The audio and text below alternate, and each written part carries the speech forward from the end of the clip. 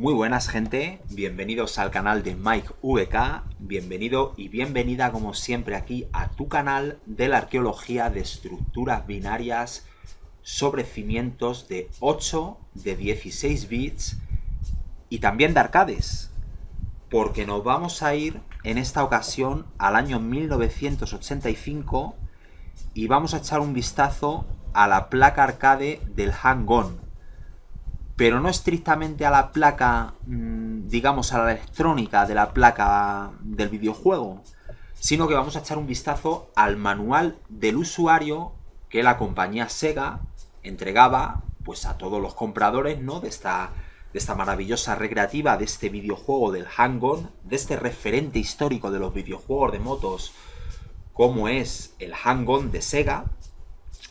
Y bueno, pues ¿por qué? ¿Por qué este repasito, este pequeño análisis del manual de usuario? Pues motivado e inspirado completamente por un directo que realizó el sensei Juanje para su canal de Twitch, hará como unos 4 meses, pues donde repasa un poquito toda la producción clásica de videojuegos de Yu Suzuki, del famoso desarrollador de Sega Yu Suzuki. Y bueno, pues esa fue la inspiración, ¿no? Viendo cómo Juanje hacía un pequeño repaso de la placa y sacaba fotos y sacó incluso este propio manual de usuario, pues me ha invitado a, bueno, como una opción más para este canal, el de vez en cuando pues echar algún que otro vistacito a las placas arcade.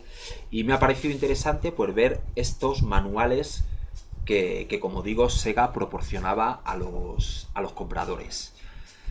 Lo primero, pedir disculpas por mi inglés, porque este manual está en inglés y yo, bueno, puedo defenderme un poquito con un inglés más o menos técnico, pero ni mucho menos soy bilingüe y perfectamente puedo cometer imprecisiones de todo tipo en cualquier momento. Curiosidades que me gustaría comentar, pues que esta placa electrónica del Hang-On es compartida también con el Enduro Racer y con el Space Harrier.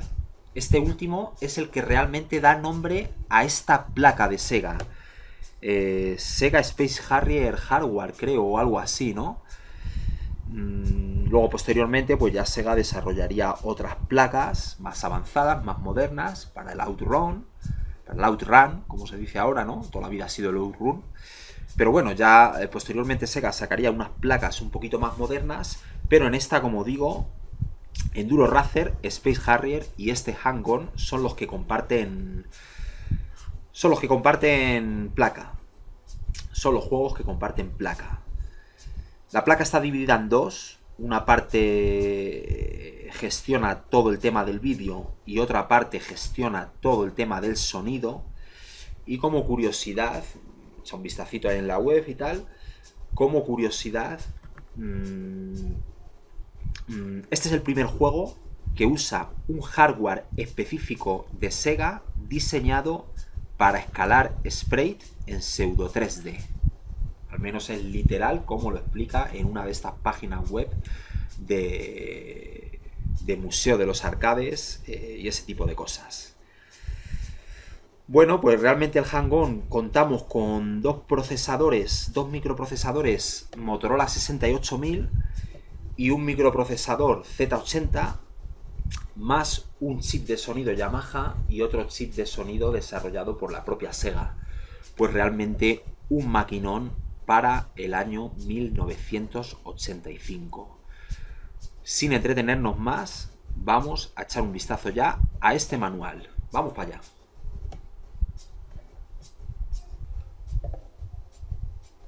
Bueno, pues aquí estamos viendo el índice de este manual que entregaban a todo poseedor, ¿no?, de la recreativa del Hang-On.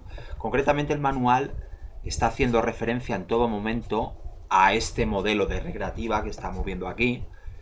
No se centra en este caso en este modelo de la motocicleta completa tan flipante, ¿no?, que todos, no sé si todos pudimos disfrutar o por lo menos todos conocemos, aunque sea a través ya de internet. Quien tuviese la suerte de disfrutarla en su día, pues felicidades, porque yo la verdad es que no tuve ese placer. Pero bueno, aquí este manual se está refiriendo, como digo, a este modelo concreto. Y si vemos el índice, la verdad es que podemos hacer, a grosso modo, una división en 4 partes, ¿no? Pues un poquito por el contenido. Podemos tener aquí una primera división donde en estos primeros 4 capítulos pues va a tratar las típicas precauciones, la típica introducción, ¿no? Y una primera vista general. Aquí vemos una primera vista exterior de la máquina. Luego tenemos una segunda parte donde va a tratar, pues, sobre todo las configuraciones del sistema, tanto a nivel software como a nivel hardware, esos microswitch, ¿no? Que nos permiten ajustar la dificultad, y esos autotests que vemos aquí para comprobar que toda la máquina va bien. Una tercera parte donde nos va a indicar la forma de montar y desmontar, pues, los diferentes componentes más importantes de la máquina, ya sea para mantenimiento, ya sea para reemplazarlos, etcétera. Y una cuarta parte, pues, donde nos va a hacer un listado de todos los componentes, en este caso de la máquina, los más minuciosamente, todos los componentes del sistema, además de mostrarnos el diagrama, el esquemático de la electrónica, ¿no? Del propio sistema. Bueno, pues empezamos por el principio, por estos primeros capítulos de introducción y de las típicas advertencias y demás. Bueno, aquí estamos viendo, en esta primera introducción, pues a mí bueno, aquí nos indica que este manual dice que, bueno, que fundamentalmente está indicado para gente con ciertos conocimientos en electrónica, ¿no?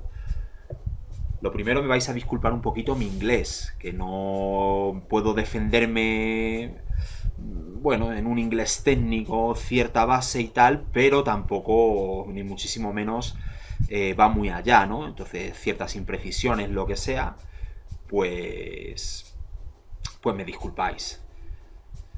Bueno, dice que eso, que el manual en sí mismo, bueno, pues va orientado un poquito a gente que tenga ciertos conocimientos, ¿no?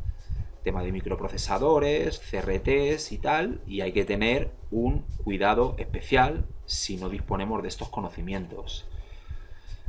Como digo, las típicas precauciones del sistema. Aquí nos indica que para evitar el tema de la piratería, los plagios y demás, pues esta etiqueta es la que debería verse en toda máquina oficial de Sega, a la vista en la máquina, y esta, como aquí nos dice, debería estar a la vista en las placas de circuito, ¿no? En la electrónica, si queremos asegurarnos que el sistema es legal. Seguimos bajando. Más precauciones, típico de la humedad, típico de cuidado con fumar cerca, ¿no? Y todo ese tipo de cosas. Y bueno, mucho cuidado de situar la máquina en sitios donde esté sometida a impactos violentos, ¿no? O sea, eso, vamos, cualquiera que haya estado en recreativos de los 80 y 90, pues bueno, lo de los impactos violentos era la constante. Vista exterior de la máquina, componentes principales, ¿no? Componentes básicos y fundamentales.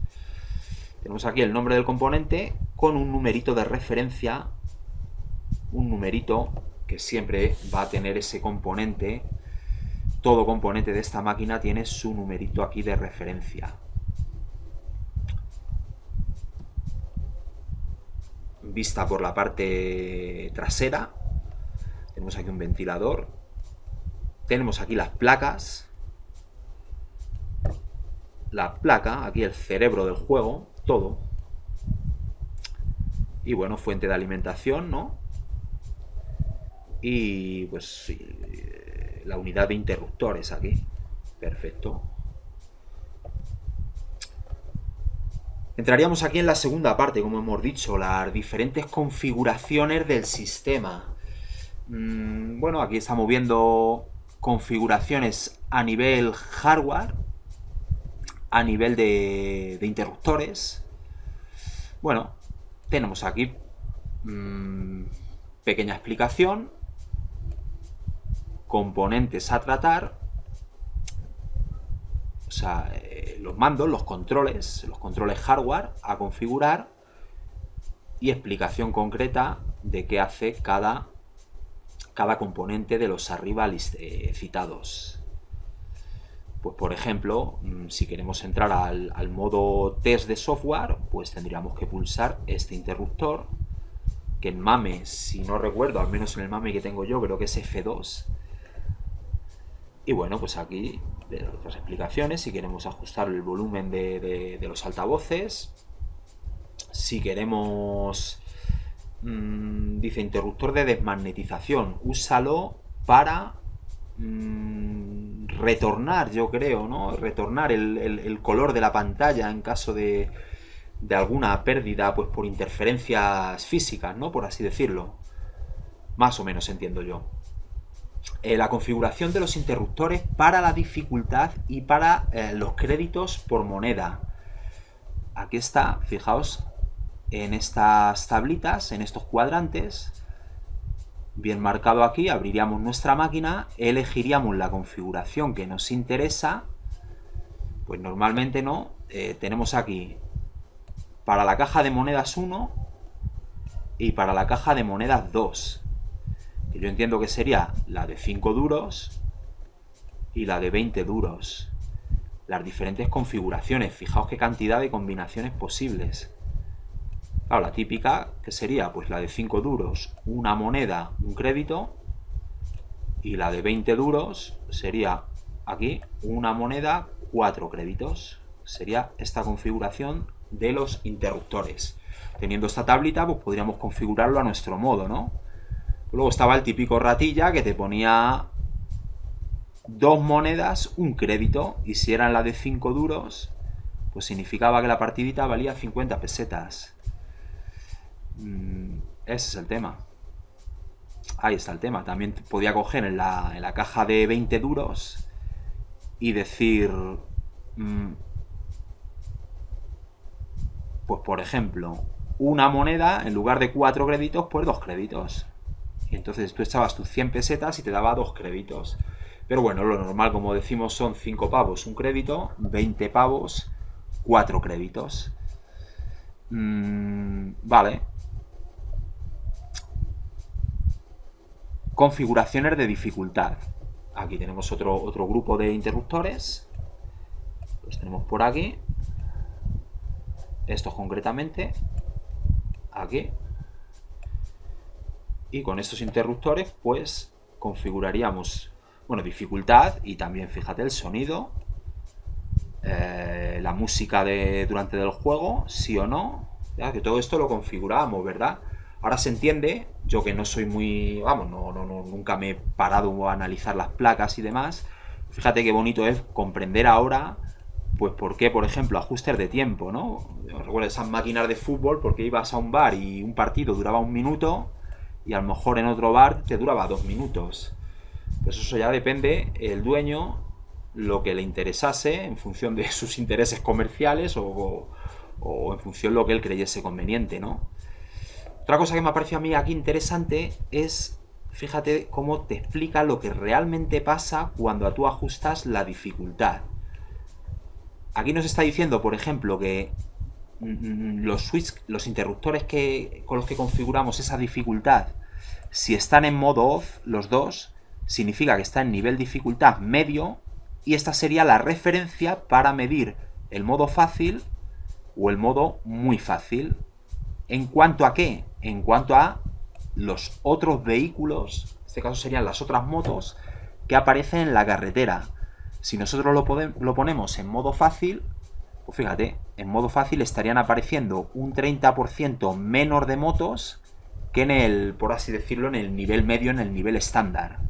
Si nosotros configuramos los microswitch en modo difícil, en modo hard, lo que significa es que te aparecen un 40% más de vehículos, como te lo dice aquí, un 40% más de vehículos que en el modo estándar, modo medio. Y en modo muy difícil aparecen un 80% más de vehículos que en el modo medio. Igualmente, si bajamos a las configuraciones de tiempo, pues aquí no hay porcentaje ni hay historia, lo que hay son segundos. Depende del nivel que nosotros escojamos en esos interruptores, pues tiempo de juego por pantalla. Pues ahí lo estamos viendo. Ahí estamos viendo 5 pantallas, ¿no? Pues yo imagino, depende de cómo lo configuremos, pues en modo, no sé, en modo difícil, pues ahí está el tema, 65 segundos para la primera pantalla, 60, 55, 60 y 55, ¿vale? ¿Que nos queremos quitar de líos?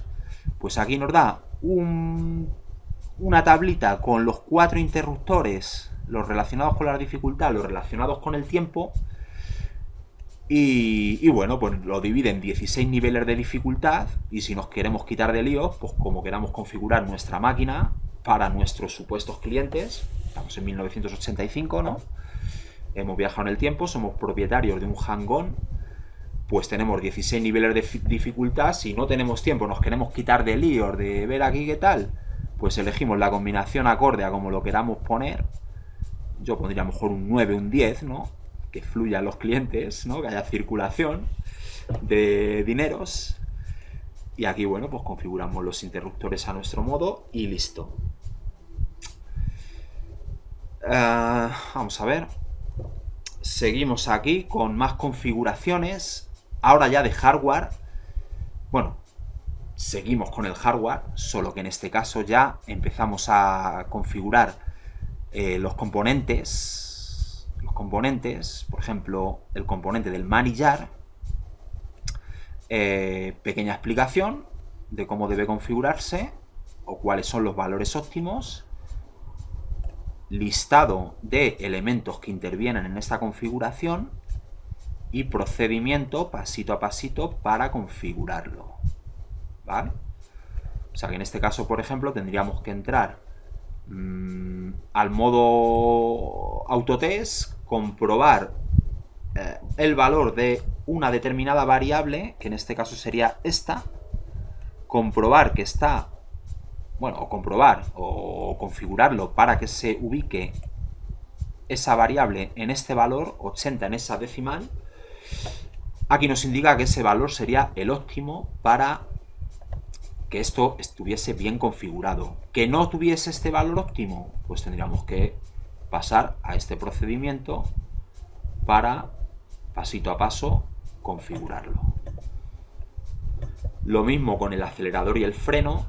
Si aquí estábamos configurando el manillar en sí, aquí entiendo que pasamos a configurar dentro del manillar, pues la disposición, las angulaciones y todo lo relacionado con el tacto del acelerador y el freno para que funcionen en su modo óptimo. Más de lo mismo, pequeña explicación,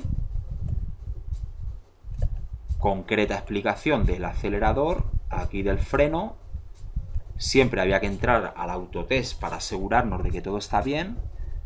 Variables a tener en cuenta, aquí en este caso 0,0 debería ser el valor óptimo, aunque hay un rango también permitido, no tiene por qué estar en el punto exacto de perfección, sino que en cualquiera de los valores permitidos podríamos utilizar la máquina, ¿no? Imagino los recreativos, pues a base del aguantaz que le metía a la gente jugando, pues dudo mucho que esto permaneciese mucho tiempo en estos valores óptimos, ¿verdad?, de funcionamiento.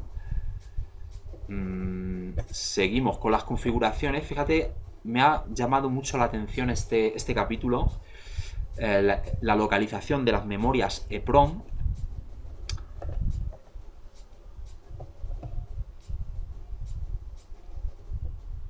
La localización de las memorias EEPROM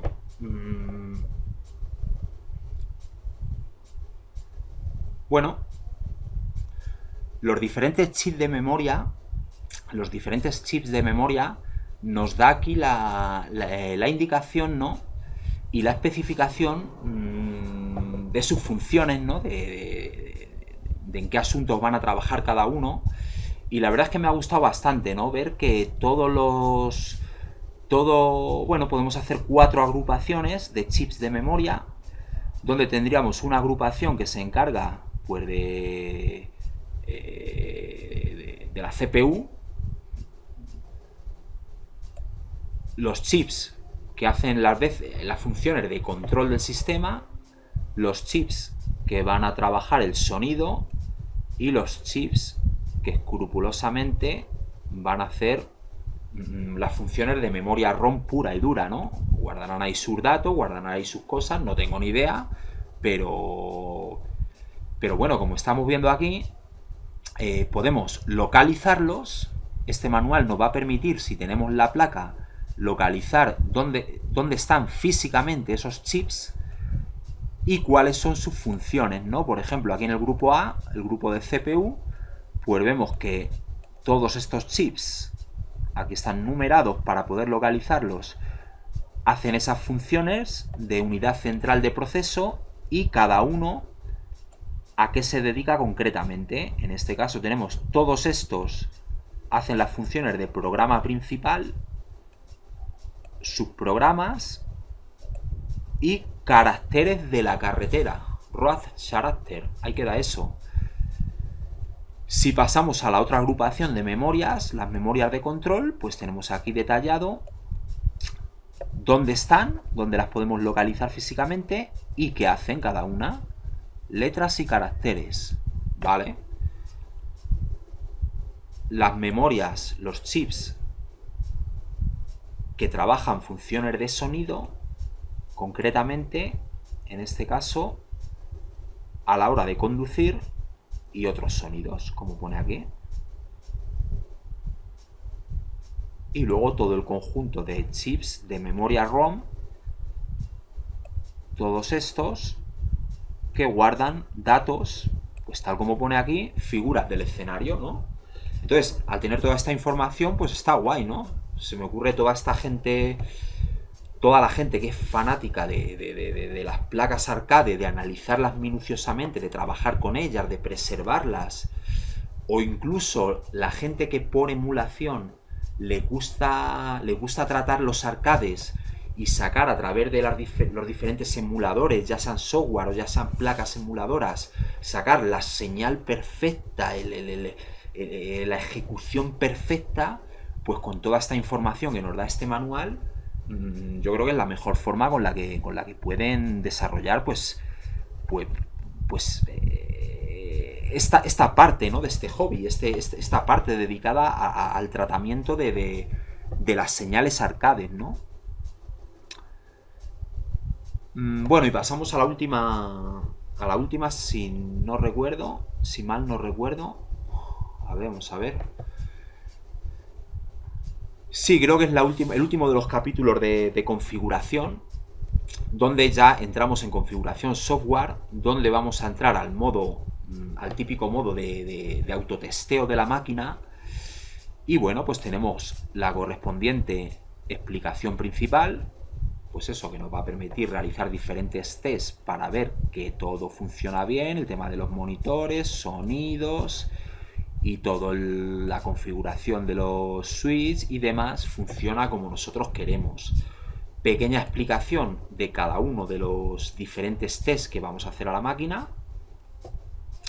Test de memoria, test de entrada, test de salida, test de sonido, test de la CRT.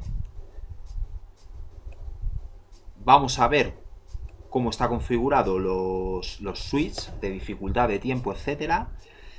Y bueno, vamos a obtener cierta información de datos del funcionamiento de la máquina, ¿no? Como número de partidas, tiempo de uso, tiempo en standby, etcétera. Pequeña explicación, y aquí ya entraríamos a las explicaciones concretas y profundas. Bueno, cómo entrar a este modo de autodiagnóstico. La opción para diagnosticar la memoria. Todo bien detallado.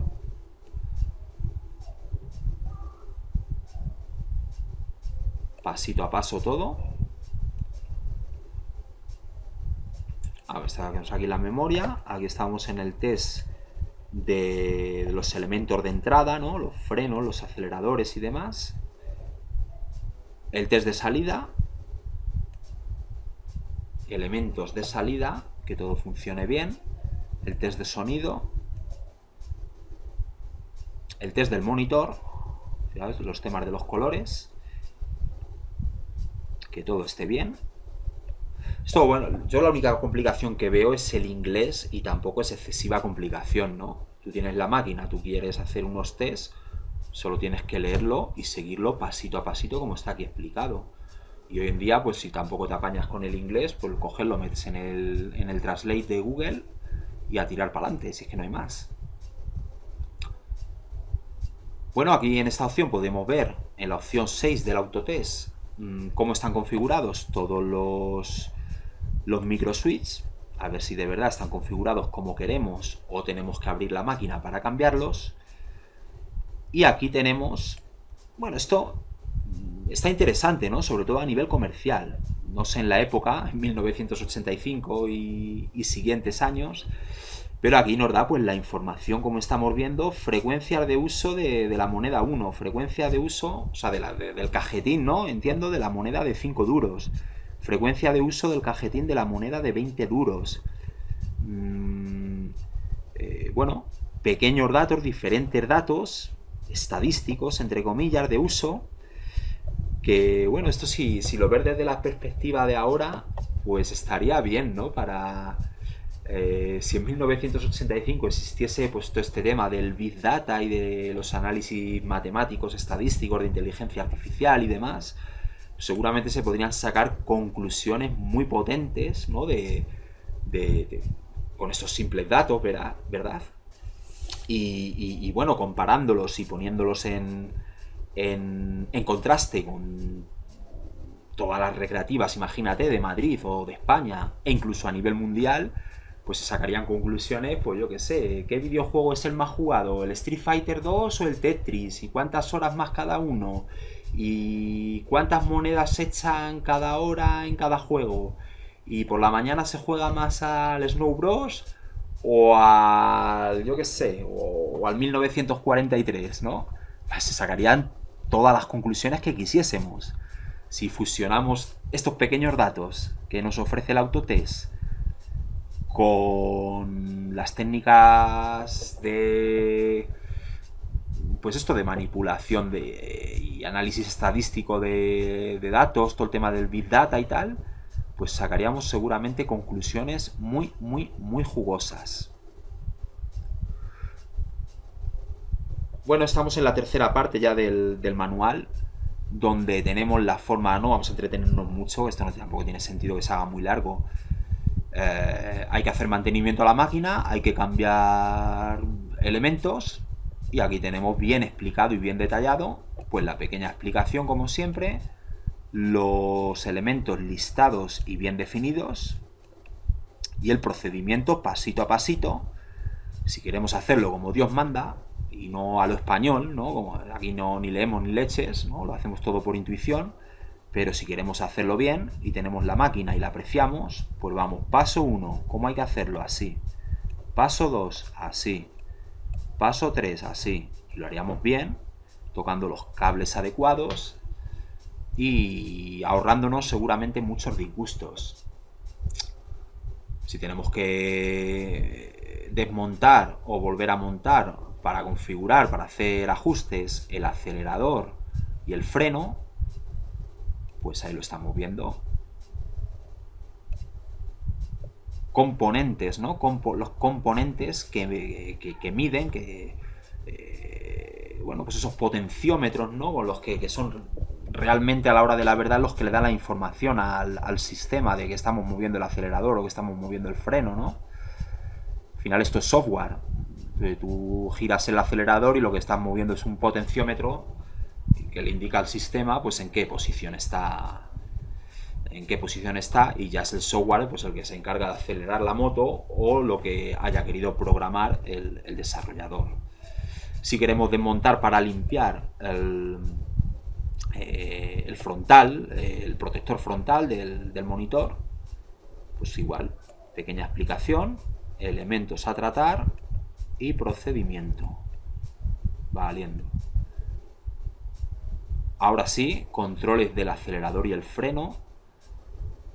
Necesitamos cambiar algún tipo de cable, algún tipo de historia.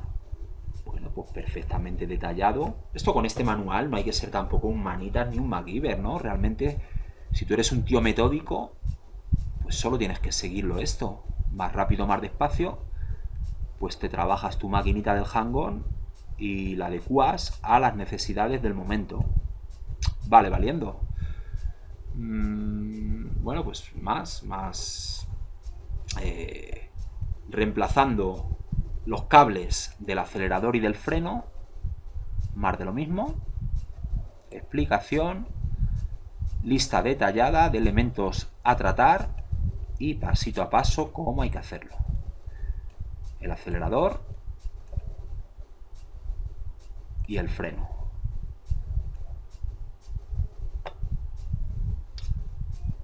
Y bueno, esto ya sería la última parte del manual donde, como decimos, vamos a tener listados con todo detalle todos los elementos de la máquina.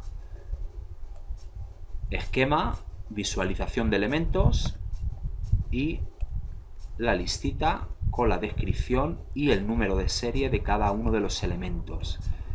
Pero todos, ¿eh? Aquí tenemos todo. Yo creo, me atrevo a asegurar que absolutamente todos los elementos de la máquina con su explicación, todos los cables, todo tipo de componentes. Obviamente no entrando en la electrónica de la placa, ¿no? Pero todos los componentes físicos que configuran al final pues todo lo que es el mueble con el que los clientes podíamos disfrutar de este maravilloso hang-on. Con todo detalle. Y ahora sí, pues para terminar, y sin entrar tampoco, sin sacar la lupa ni mucho menos, el manual nos ofrece el esquemático electrónico. Otra cosa que yo veo de vital importancia, pues para todos aquellos que les gusta, ya sea por emulación o ya sea con las placas originales o de cualquier forma, emulación por software, emulación por hardware o como sea. Bueno, pues estos aficionados a este mundillo que les gusta sacar la señal perfecta, aunque sea por emulación, pero les gusta sacar la señal perfecta de vídeo, ¿no? Los kilohercios exactos, la precisión de color exacta, la resolución exacta, aunque sea por emulación, sacarlo a un monitor, incluso un CRT original de la época o alguna tele de tubo y demás. Bueno, yo quiero decir que ese no es mi estilo de jugar, de lo que es jugar no es ese mi estilo, ¿no? Yo, por supuesto, respeto, no solo respeto, sino que incluso admiro a la gente que le gusta preparar la señal perfecta, reflejo exacto de cómo eran las señales arcade de la época. No solo los respeto, sino que incluso les admiro y me gusta leer sus tutoriales, ver sus demostraciones y tal, pero no es la forma que yo entiendo de jugar, ¿vale? Yo, por ejemplo, lo que es jugar en sí mismo, para mí es casi como, digamos, como una droga, ¿no? El tiempo que, si voy a echarme media horita de arcades, esa media horita para mí casi es como una forma de desconectar de todo el estrés del día a día, desconectar de todo, concentrarme en el videojuego, incluso casi una desconexión emocional incluso, ¿no? Sumergirme en ese juego. Entonces yo, para mí, la forma de jugar, pues no sé, yo por ejemplo cargo un emulador de Mega Drive, por poner un ejemplo, cargo un emulador de Mega Drive en mi Xbox, tiro cable de vídeo, lo conecto a una tele de tubo de 21 pulgadas, por ejemplo, cargo un juego, el que sea, Sonic, por ejemplo, y bueno, la señal de vídeo la saco pues por intuición, ¿no? Yo cargo un juego y si tal como carga lo veo que va bien y que se ve bien y que puedo jugar a gusto, así lo dejo. ¿Que tengo que tocar algo? Pues toco los controles básicos por intuición, ¿no? Tema de brillo, tema de ajuste, algo de resolución si hay que tocar, pero muy por intuición. Y cuando lo dejo que más o menos encaja con mi forma de jugar, ni me preocupo, ni ni analizo si sale a más hercios, a menos hercios, etcétera. A lo mejor un emulador de Neo Geo, cargo el Soccer Brawl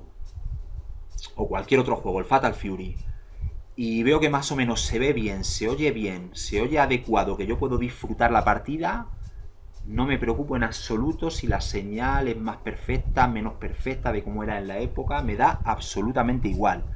A la hora de jugar, pero quiero decir que la gente todos estos genios que hay de la electrónica, que son capaces de con un emulador sacarte una señal de vídeo calcada a como era en la época y demás, ya digo que no solo los respeto, sino que además soy profundo admirador y me encanta escucharlos, cómo los explican, cómo explican sus desarrollos, me encanta ver sus tutoriales.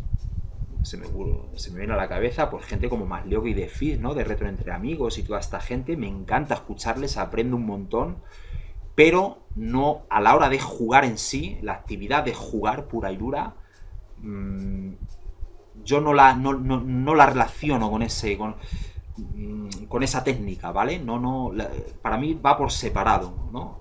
Me gusta mucho la electrónica, me gusta mucho la informática, pero a la hora de jugar a un arcade, como digo, es cargarlo, es ver que va bien, es ver que lo puedo disfrutar y no me preocupa absolutamente nada más, porque para mí es esa media hora que me despejo del mundo, me despejo de la vida, me despejo emocional y psicológicamente, me echo mi partidita al Fatal Fury y me quedo tan a gusto. Y bueno, pues nada más, gente, ya hemos terminado aquí este repaso. Me disculpáis un poquito toda esta sarta casi filosófica, ¿no? que he soltado ahí. Pero bueno, espero que vengan mucho más videitos de estos, analizando manuales. Yo creo que sí, vamos a ver si cogemos, como siempre digo, ritmo, y cogemos motivación y cogemos ganas. Y nada, pues un abracito y nos vemos en la próxima.